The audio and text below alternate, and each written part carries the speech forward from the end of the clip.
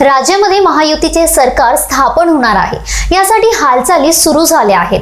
चंद्रपूर जिल्ह्यातील 6 विधानसभा क्षेत्रांपैकी तब्बल 5 क्षेत्रांमध्ये भाजपचे आमदार निवडून आले आहे। त्यामुळे जिल्ह्यातील बहुतांश आमदार मुंबईला गेले आहेत। मात्र आता मंत्रिपदावरून जिल्ह्यात चर्चांना उधाण आले आहे। जिल्ह्याला यावेळी 2 मंत्रिपदे मिळतील अशी आशा नागरिकांना आहे।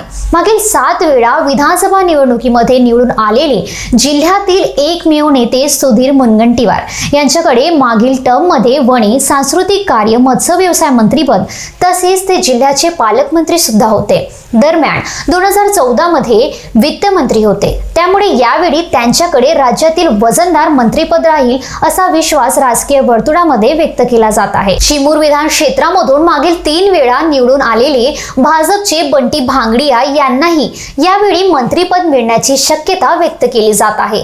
नुकत्याच पार पडलेल्या विधानसभा निवडणुकीसाठी पंतप्रधान नरेंद्र मोदी यांनी चिमूरमध्ये भांगडिया यांच्या प्रचारासाठी सभा घेतली होती। या क्षेत्राकडे पंतप्रधानांचे विशेष लक्ष राहणार आहे।